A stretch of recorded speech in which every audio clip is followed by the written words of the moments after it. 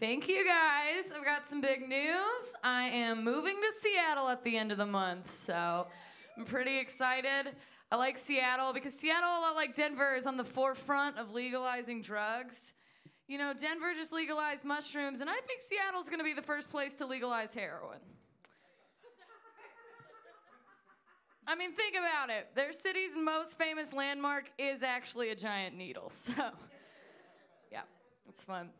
That is real. I have been traveling a lot this year. I was visiting some family in Memphis, and it's always fun visiting family because just so you all know, I have a much better than me younger sister.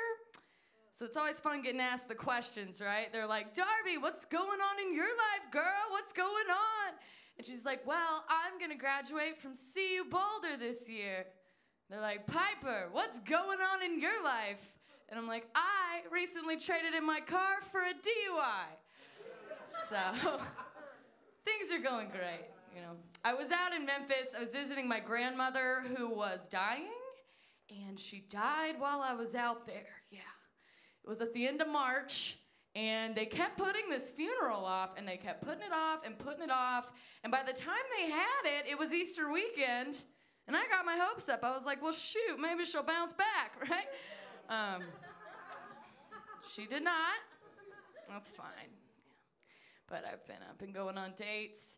I recently went on a date with this guy, and we both did acid, so really, that's like we went on 1,000 dates.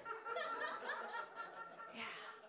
It's like we started and ended an entire relationship in one night. And this fella had very long hair, but you all already knew that.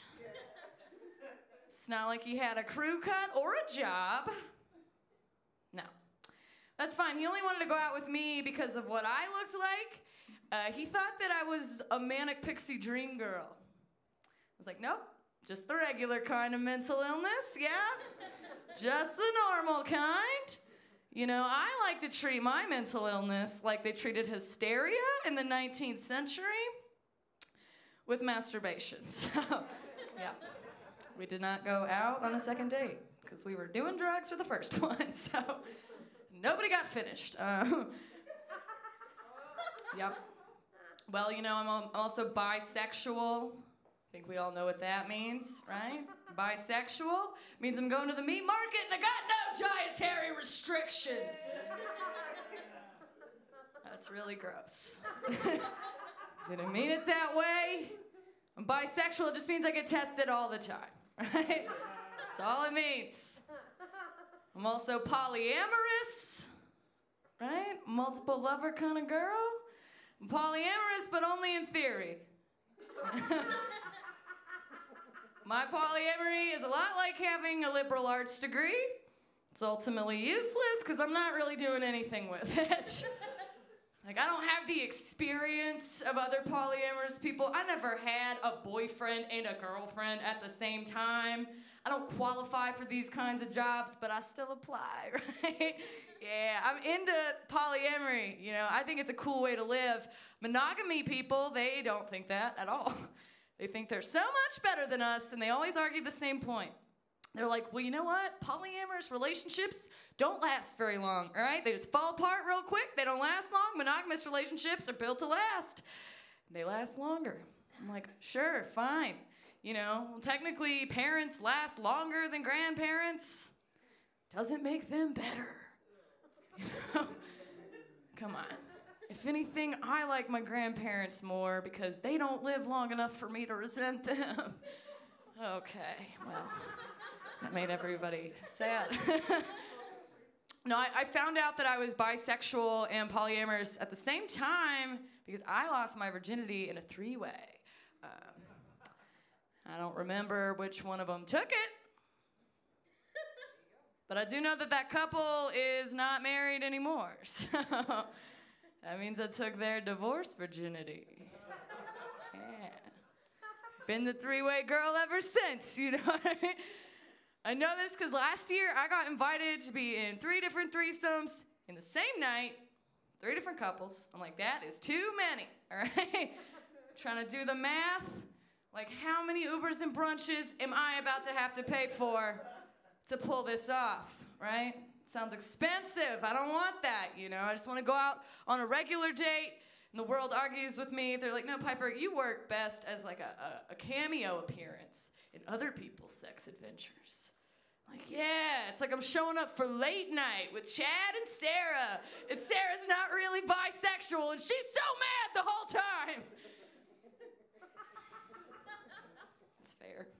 You know, I don't want to be the three-way girl, to be honest. I'm a little awkward sexually. I kind of have a bit of the sexual autism, right? So I never even looked a dick directly in the eye, right? Yeah, I don't get the sex autism. It's not fun. I got it from the HPV vaccine. That's where you get it. All right, well, I have a friend who is into astrology, who's an adult, and I think that's weird. He's very extra about it. Every time I see him, he's like, yeah, Piper, I'm an Aries, dude. Aries, okay? Aries is the #1 sign in the zodiac. Aries is a fire sign. Fire is the best out of all the elements. And I was like, oh my God. Did you know that you're an adult man and not a Pokemon? And he did not know that. And I thought it was very funny when my fire sign friend burned his house down. That's a true story. This guy burned his house down trying to defrost a frozen Capri Sun in the microwave. What? Oh my, yeah.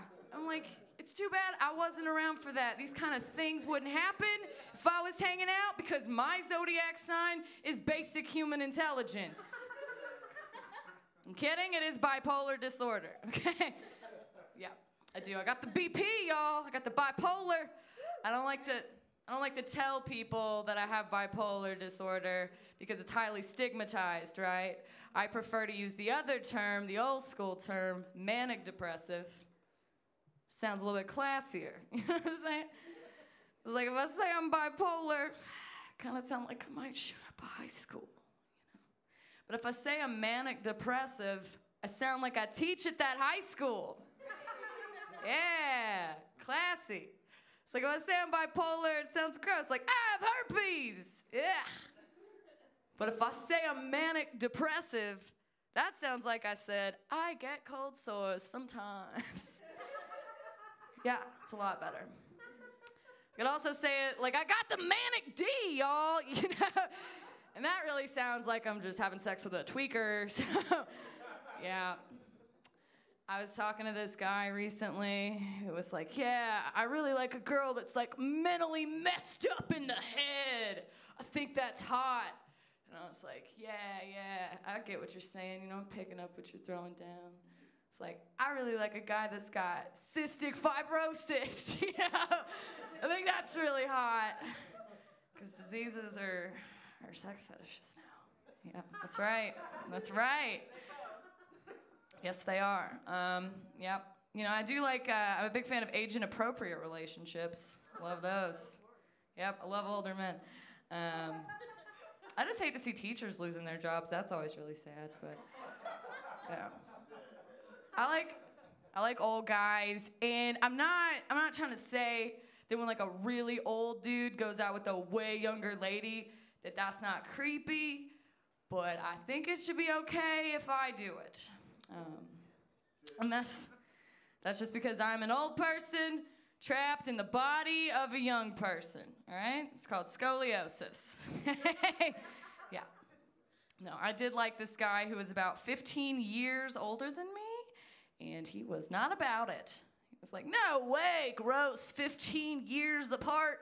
We didn't grow up with the same movies and television. I don't think you're gonna get my references. And I was like, really? References? Okay, we're doing that. Like, what do I even need to know? What do I need to know? Members of Poison other than Bret Michaels? What? Why do you know? The time Tom Hanks had a drinking problem on Family Ties? Hey, listen, I played Trivial Pursuit. I know all kinds of stuff, buddy. Meanwhile, he's so old, he doesn't even realize why it's a faux pas to like your own statuses on Facebook. I'm like, yeah, you see my point. This is why older people and younger people should date, because we teach each other, right?